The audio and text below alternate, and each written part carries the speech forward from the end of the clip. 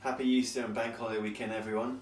If you're like me and you've already eaten your Easter egg, then I'm here with my sous chef Frederick to give you a little bit of a Tom's Treat cookies, a simple recipe you can do to have a nice little treat this weekend that isn't going to damage your health too much. So, top ingredients that you need, you don't need a lot, and there's a couple of varieties you can have, so you don't need to make an extra additional journey out of your 2 hours a day to the supermarket for more ingredients. Butter. Ideally grass-fed, we're using a Kerrygold here, Jersey Dairy is perfect too. Bicarb of soda. Now I would usually be using spelt flour, but we're out, and because I don't want to make that journey, I'm going to be using buckwheat today. You can use brown sugar, sugar varieties, coconut sugar, date sugar. Today I'm going to be using Buckwood Canadian maple syrup. A variety of nuts. These are traditionally pecan cookies, but they're actually just Tom's nut cookies.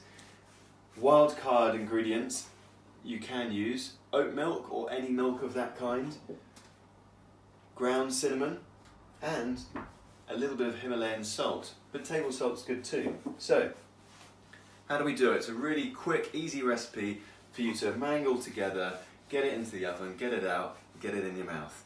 Just wait for it to cool down first. So, here we go. First of all, you want about 75 grams of the butter. Okay, so I'm just going to pop that in here. You need your bowl. Now, I use a NutriBullet here for ease of use. It stops me from making too many because otherwise I have a tendency to eat them all. You could use a Magimix, of course, or anything similar. Yep, Frederick's moving around. That's exciting, isn't it? Yeah. Okay, so next up, we're going to want to actually transfer the butter into the NutriBullet. I got distracted then, apologies. You can see I'm not an experienced chef. I have washed my hands before this, don't worry. With that butter, you're going to need some maple syrup. So, maple syrup, okay, I'm just going to go for what I would call a splurge, which is probably around the 50 milliliters mark. I'm going to make it 75 as it is Easter after all. Okay, if you're doing sugar, you probably want about 75 grams of sugar. And then just to make sure that binds together well, a little shake of nuts, probably about the 50 gram mark. Again, I'm just going to use the eye measuring technique. That looks good to me.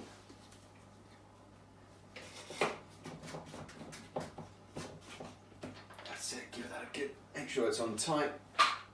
Get it all down the bottom, get it in there. Loud noise coming. Ready, Frederick? Take off. There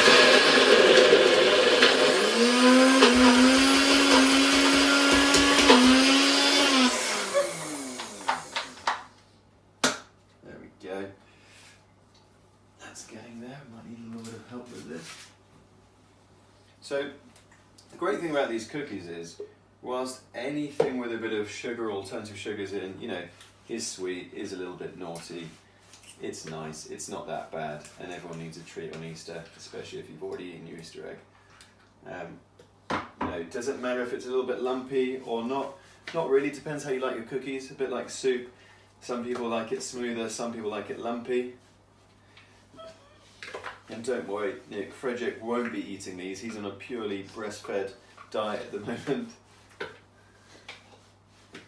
going to get that all out there. Now, at this stage, is that funny? Yeah, yeah. No, you can't have any though. So, you want to use around the 100 grams mark of flour. Okay, so again, using the eye measuring technique, add a gentle wrist shake.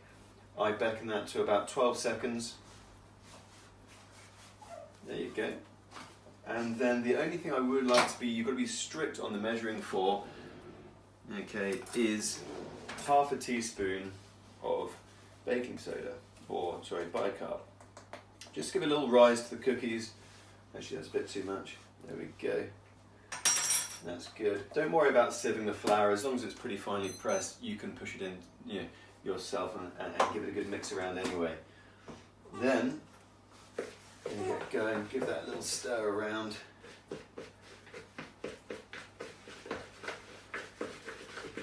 You see how your mixture is The reason why I have the milk on the side is that, you know, if it gets a bit dry, you're going to need to add a little bit of milk in there just to get the cookie dough bound together.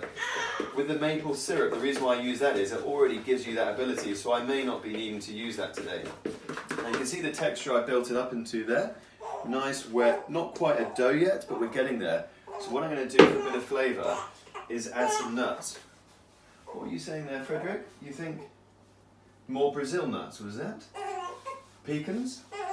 And almonds. They're all going in, don't worry. Okay. So a few more nuts into the blender we go. Which gives it a really nice nutty flavour, full of magnesium, zinc, selenium, all those nutrients that we, don't spend a lot of time in your body and that we really need for a healthy brain function, healthy nervous system function, and intestinal health. Here we go, little blitz.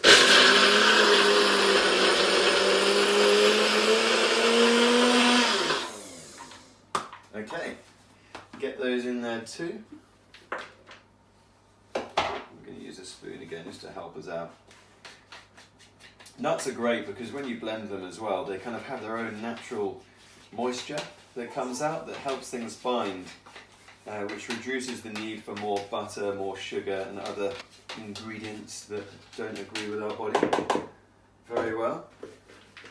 So again, nice little blend together with a teaspoon, tablespoon, cake spoon, whatever you want. You can use the whisk. I always think it's cheating though.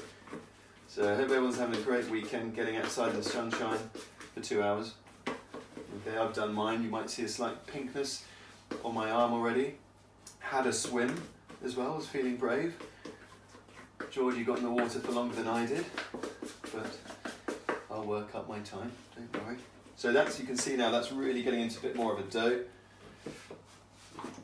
I think I was getting distracted with my eye measuring, so I'm going to add a little bit more flour there, like that. We want to make sure I have enough to go around. And at this stage, what I'm going to do, the vital 2 ingredients for flavour, a little bit of ground cinnamon. Don't worry, Frederick, I'm not going to forget the salt. I know it's important. So Himalayan salt, as I said, you don't want much, you don't want to make it too salty, but just like our salted chocolate, it's nice to have a little something in there. Okay, so just a couple of grinds, just gives it that little bit of an edge so that when someone takes a bite in, they know something's different about the cookie, but they can't quite work it out. And then what you can see is we're starting to get a really nice dough going too. And again, I won't be using the milk today because that's building up really nicely.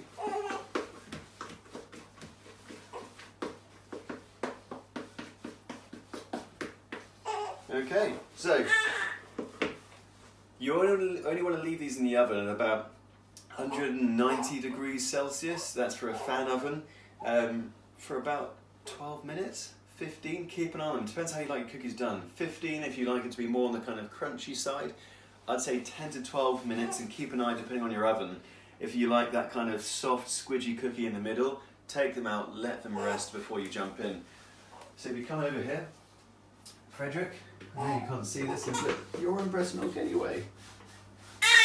Yeah, so then you just take little dollops at a time, place them onto your baking tray into little circles, little balls if you like, nicely spaced apart so that they don't encroach on each other. And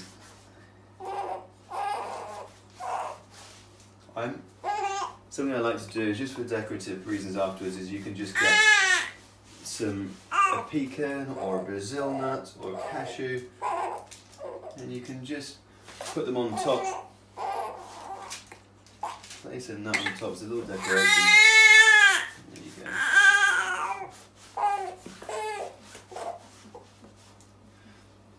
Nicely spaced apart. What I've done on the bottom as well is just heated up the tray and put some coconut oil on there, just to make sure, help that anti-stick. Coconut oil is a great oil to use for many things because it has a really high chemical structure that doesn't turn into transsaturated fats when you take it over 100 degrees, which is when fats get nasty. It's really resistant, so up to 190 degrees, it's not going to be turning into too many nasty fats when you're making the cookies. So it's a great non-stick use to make. So here we go, nearly there. We're going to grab a couple of nuts, a handful out here. What varieties have we got to use as decoration? Let's go for 3 Brazil nuts and 3 cashews. Pecans are always the best, but I'm out of those. So for it, here we go. Onto the top like this.